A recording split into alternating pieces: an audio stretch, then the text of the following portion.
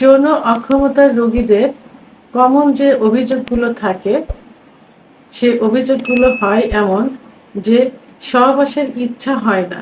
অর্থাৎ স্ত্রীর কাছে গেলে, পার্টনারের কাছে গেলে সুন্দরী মহিলা দেখলেও, সুন্দরী মেয়ে দেখলেও সহবাসের অর্থাৎ সেক্সুয়াল কোনো ইমেজ বডিতে আসে না। অর্থাৎ সেক্স উত্তেজনা হয় না, সেক্স করতে ইচ্ছা হয় না। আবার সেক্স করলে ইচ্ছা হলেও দেখা যায় যে উত্থান হয় না। অর্থাৎ ইচ্ছা হচ্ছে, মনের ইচ্ছা হচ্ছে, কিন্তু উত্থান হচ্ছে না, অর্থাৎ লিঙ্গ দাঁড়াচ্ছে না। আবার কারো ক্ষেত্রে দেখা যায় যে ইচ্ছা হচ্ছে, লিঙ্গ দাঁড়াচ্ছে, অর্থাৎ উত্থান হচ্ছে, কিন্তু সহবাসে যাবার পূর্বে অর্থাৎ জোরে স্পর্শ করা মাত্র অথবা সহবাসে প্রবেশ করার পর মুহূর্তেই দুই একবার সঞ্চালন করার পরেই বীর্যপাত হয়ে যাচ্ছে।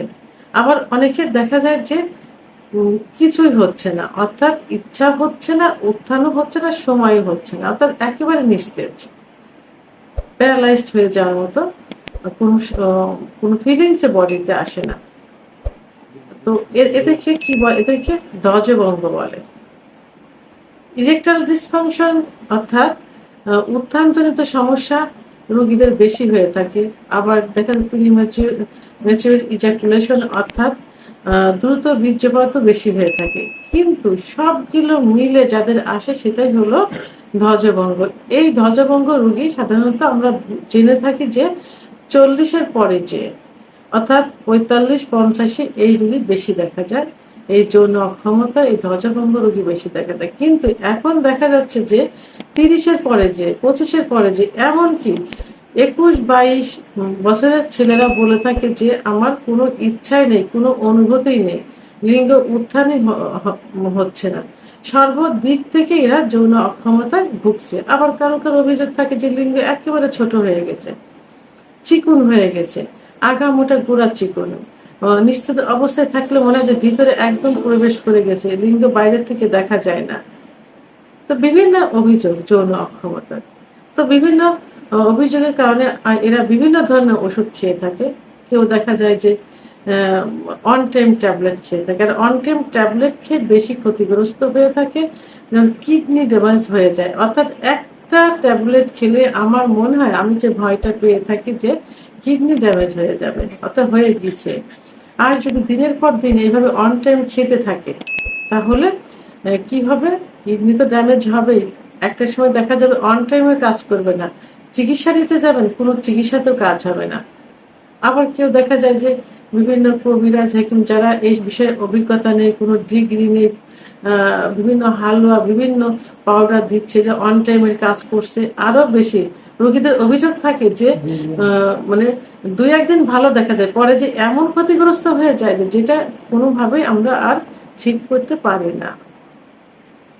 তো এইসব রোগীদের জন্য, একদম শেষ হয়ে যাওয়া রোগীদের জন্য আজকে আমি একটি মাত্র আয়ুর্বেদিক হালুয়া নিয়ে আলোচনা করব, যে হালুয়াটি সর্ব বিষয়ে যৌন অক্ষমতা রোগীদের ক্ষেত্রে গুরুত্বপূর্ণ ভূমিকা পালন করে থাকে এবং সর্ব বিষয়ে যদি সঠিকভাবে খাওয়া যায় এবং মানসম্মত কোনো আয়ুর্বেদিক কোম্পানির হালুয়া হয়ে থাকে, তাহলে অবশ্যই 1 থেকে 3 মাসের ভিতরে সম্পূর্ণ ঠিক হয়ে যাবে। প্রথম মাসে ভালো হয়ে যাবে, কিন্তু আরো 2 মাস খেতে হবে পুরা স্থায়ী হওয়ার জন্য।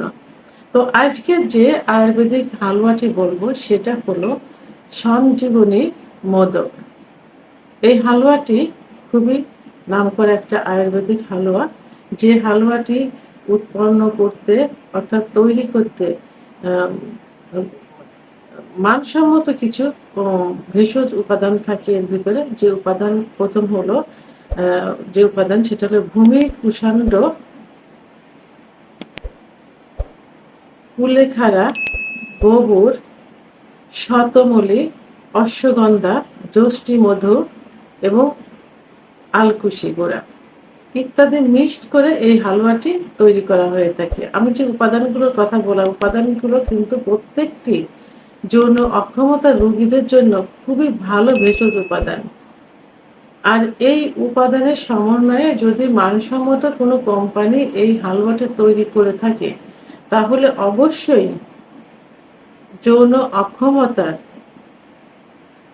যত রকম যৌন অক্ষমতা থাকুক না কেন, সব যৌন অক্ষমতাই ঠিক হতে সক্ষম। তবে হ্যাঁ, এক্ষেত্রে এই হালুয়াটি সেবনের পূর্বে অবশ্যই কি কারণে এই সমস্যাটা হলো, সেই সমস্যাটা থেকে কারণ থেকে প্রথমে বিরত থাকতে হবে। যেমন হস্তমৈথুন, বিছানায় ঘর্ষণ, সমকামিতা, স্বপ্নদোষ, অতিরিক্ত যৌন মিলন, এগুলো থেকে বিরত থাকতে হবে।